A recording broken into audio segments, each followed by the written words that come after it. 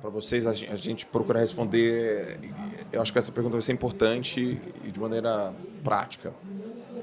Qual é a pergunta que as pessoas mais fazem para vocês? Assim, a maior, sei lá, qualquer pergunta que eles fazem. E o que vocês fizeram e ainda estão fazendo para se renovar, reestruturar, reciclar? É o que? É livro? É curso? É ficar mais próximo da família? Se conectaram mais com Deus? Que tipo de... É como se fosse assim, as coisas que vocês foram fazendo, descobrindo no meio do caminho. Vocês falaram muito, pô, eu fiquei revoltado, óbvio, né?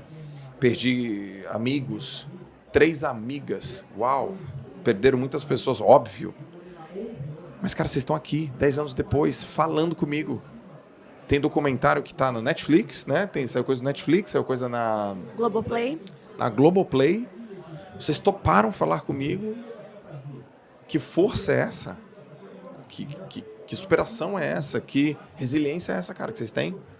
Porque alguém podia falar, Joel, cara, na boa, isso é meu momento, deixa comigo. Vocês, não. Vamos falar. Então eu quero saber o que mais as pessoas perguntam. Qual é a maior dúvida da maior parte das pessoas? E como que vocês respondem? E o que vocês fizeram? E estão fazendo?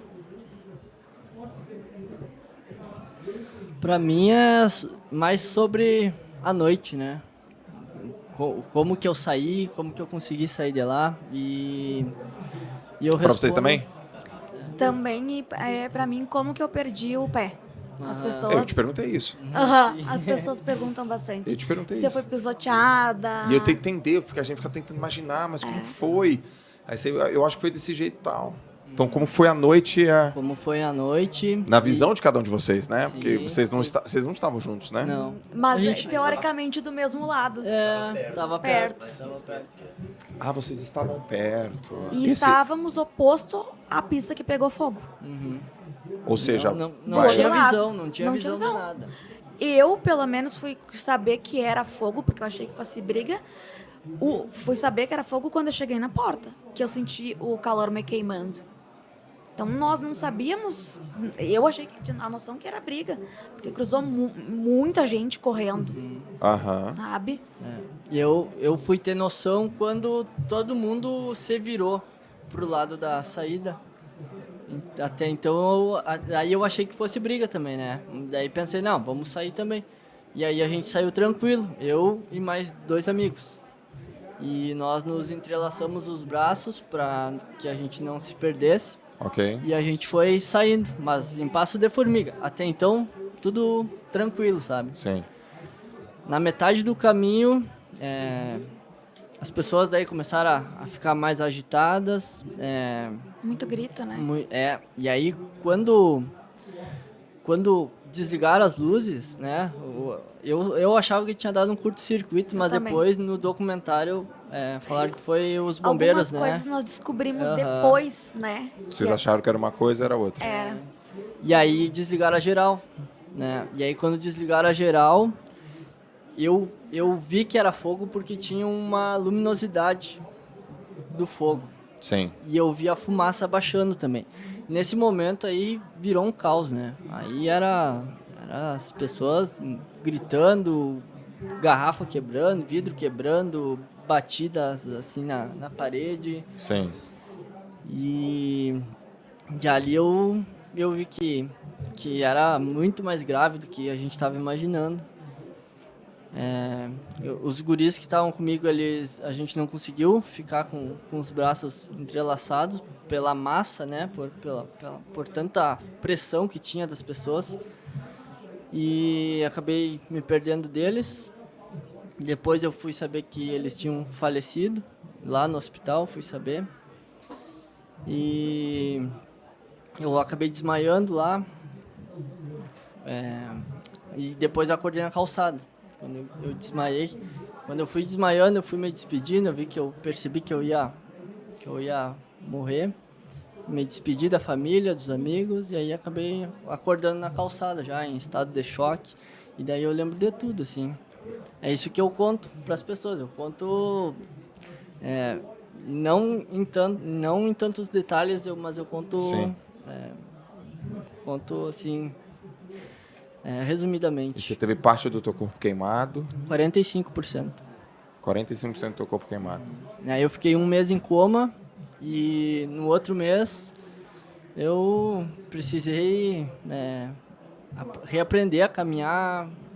Eu não conseguia falar, não conseguia me alimentar, não conseguia me movimentar, me expressar, nada. Fiquei um bom tempo assim só pensando, só tentando entender tudo que estava acontecendo. E aos poucos eu fui reagindo, sempre me projetava no futuro. Isso foi essencial para mim, porque no momento se eu ficasse ali consciente ali no momento, eu ia poder enlouquecer, porque era muita dor, era muito sofrimento. Então eu sempre me projetava no futuro. Não, daqui 2 anos, se eu aguentar esse momento de agora, se eu fizer o que precisa ser feito, eu vou superar, vou voltar para minha família, para meus amigos, vou seguir minha vida. E foi o que aconteceu. Eu fiquei um bom tempo nesse estado, assim, sempre me projetando no futuro, até estabilizar, até ficar bem, até me reerguer. E você, Gabriel? Qual a pergunta que mais te fazem? Também é sobre a noite. Como que tu saiu? Aí eu falo, olha, eu vou começar a contar a minha história e a pessoa já pergunta, mas tu estava perto da porta? Tu teve sequela física? Tu se machucou? Mas então tu saiu logo? Porque as pessoas vão presumindo coisas como elas me veem. Eu sou um sobrevivente que não tive queimadura, não fiquei internado, perdi amigos que estavam comigo. Pelo documentário a gente pôde ver, né, até conhecendo o testemunho da Kellen, do Delvane, a gente pôde entender que a gente estava próximo fisicamente na boate no momento do início de tudo, né? Porque eu acho que nós 3 vimos um homem de branco, né? Nós 3 vimos uma mesma Nós vimos figura. a mesma figura, Sim. um homem todo de branco, que foi que me ajudou a sair de lá de dentro. E eu tenho certeza que não tinha ninguém de branco naquele dia. E eu sempre digo, ou foi Deus, ou o meu anjo, que aí foi o de vocês, nosso anjo da guarda. Que me puxou e levou em direção à porta. Mas, para além das perguntas que me fazem, muitas pessoas respondem uma pergunta que não é feita quando nos conhecem. Quando as pessoas sabem que a gente é sobrevivente, as pessoas relatam espontaneamente onde elas estavam, no 27 de janeiro de 2013. As pessoas contam essa história. Elas nos falam sem ter sido perguntadas, né? Eu falei. Não, isso não é uma denúncia e não é uma reclamação. Pelo contrário, isso é um alerta do quanto as pessoas pertencem à nossa história também. O Brasil inteiro, cara. Todos os brasileiros do mundo todo. E isso me chama muita atenção, né? A gente fez uma intervenção lá em Santa Maria, que a gente colou essa frase na fachada da boate, do prédio, onde você estava no 27 de janeiro de 2013. E foi aberto um formulário para as pessoas responderem, né? Abriram-se espaço para as pessoas responderem e dar lugar a essa pergunta. Então as pessoas agora têm de onde responder, né? E o que me mantém firme no propósito, no dia a dia, nesse compromisso, além de conhecer as pessoas que estão no movimento lutando, é entender a causa do movimento, sabe? Entender que isso não diz respeito a solucionar o julgamento, não diz respeito somente a mudar a cultura de Santa Maria sobre prevenção, não diz respeito a construir um monumento, um memorial. É muito além de tudo isso, né? Foi o que eu tive a oportunidade de falar no palco ontem aqui na Gramado Summit e se tornou uma fala meio clichê minha, mas para dar a dimensão desse horizonte que a gente mira, é que o que eu faço e o que eu luto, né, é pelos meus netos, e eu não quero ter filho, sabe? É por uma coisa muito impessoal e por acreditar, e se precisar eu explico todos os pontos que me fazem acreditar, porque eu tenho muito concreto na minha cabeça os motivos e os caminhos a serem seguidos e por quê, né? Eu busco sempre ser muito coerente na minha firmeza com a causa, e entendendo o que é essa causa da associação, né? Entendendo a origem da associação, entendendo por que se luta, para ter isso muito firme em mim, para eu poder ter a mesma garra que eu vi todo mundo tendo antes de eu ter capacidade de entrar no movimento. Perfeito. Uau. Muito bom, muito inspirador, cara. Você, Kellen? Qual é a pergunta que a turma mais faz? É a mesma também.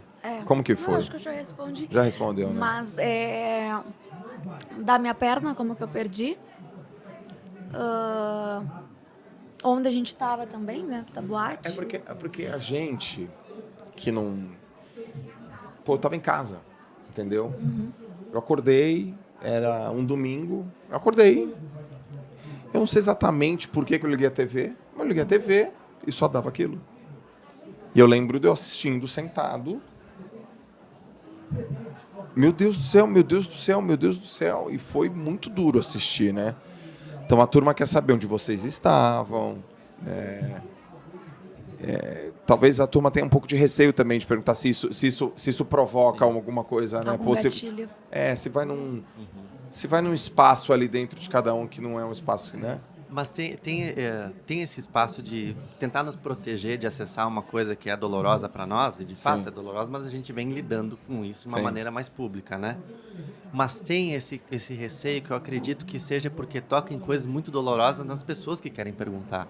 Esse fato de tu falar, meu Deus, quando ligou a TV, por que não foi só mais uma notícia de todos os dias, de tragédias que acontecem em diferentes lugares do mundo e do Brasil, né? Por que essa marca dessa maneira, né? O que a gente pode identificar de causas que tornam isso tão sensível para as pessoas? Exato, né? Toca numa juventude, toca nos sonhos interrompidos, toca em muita coisa sensível. Toca, cara, toca. Era muito jovem, a cena das pessoas na rua. Imagino que 100% foi curtir, pô.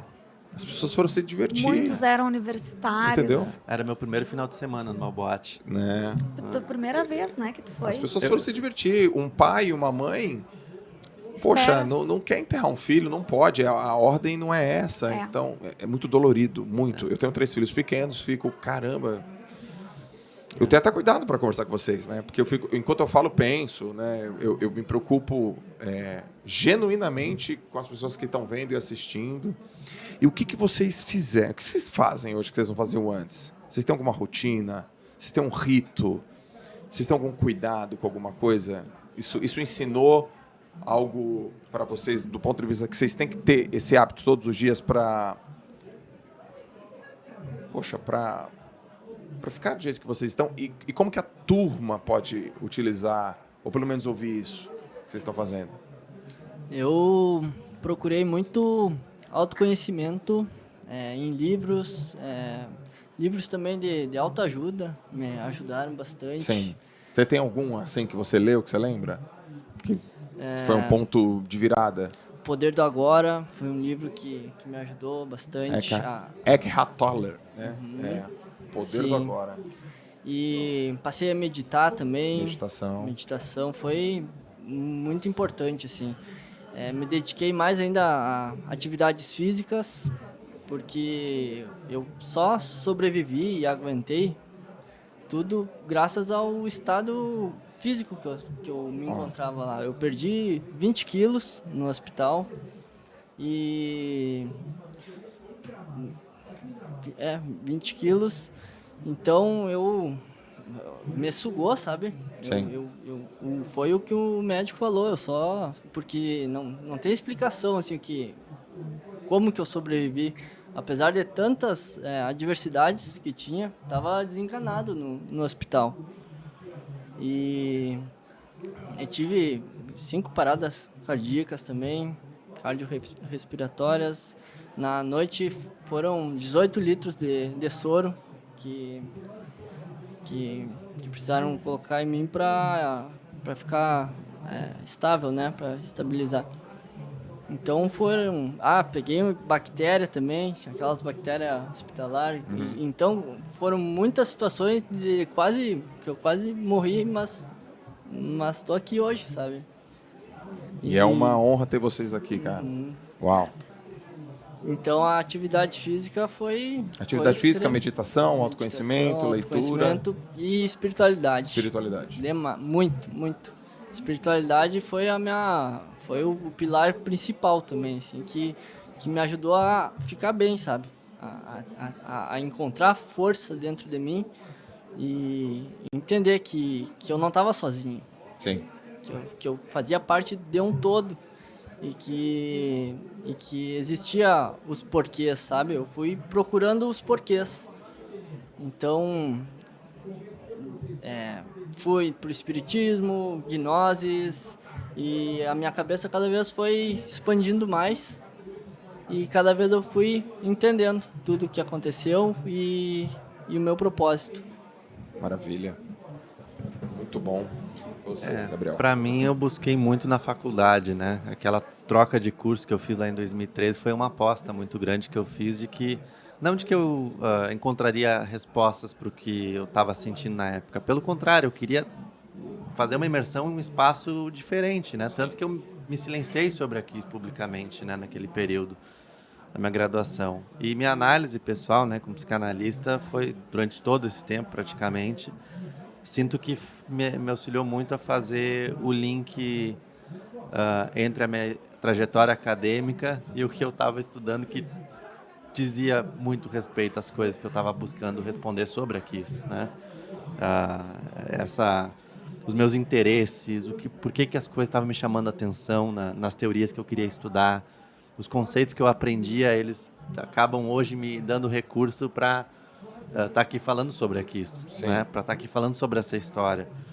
E encontrei muito na academia, assim, na faculdade, uma oportunidade de não só aprender a teoria, a técnica, né, do meu fazer, mas a pegar esses conceitos e me apropriar deles para a minha vida, né, para tornar eles parte da minha vida e da minha forma de pensar.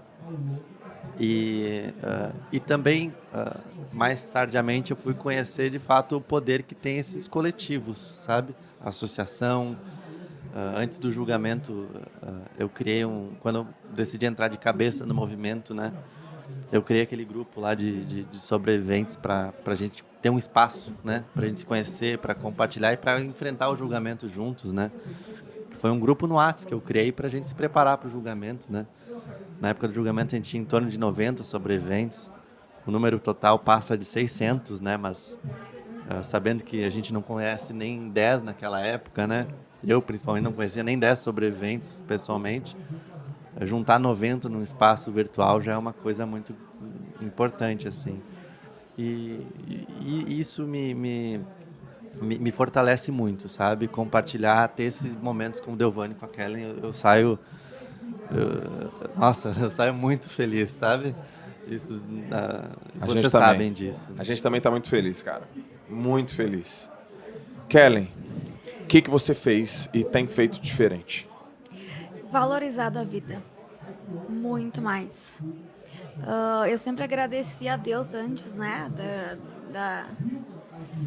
Da tragédia. Eu sempre rezava à noite. Agradecia tudo.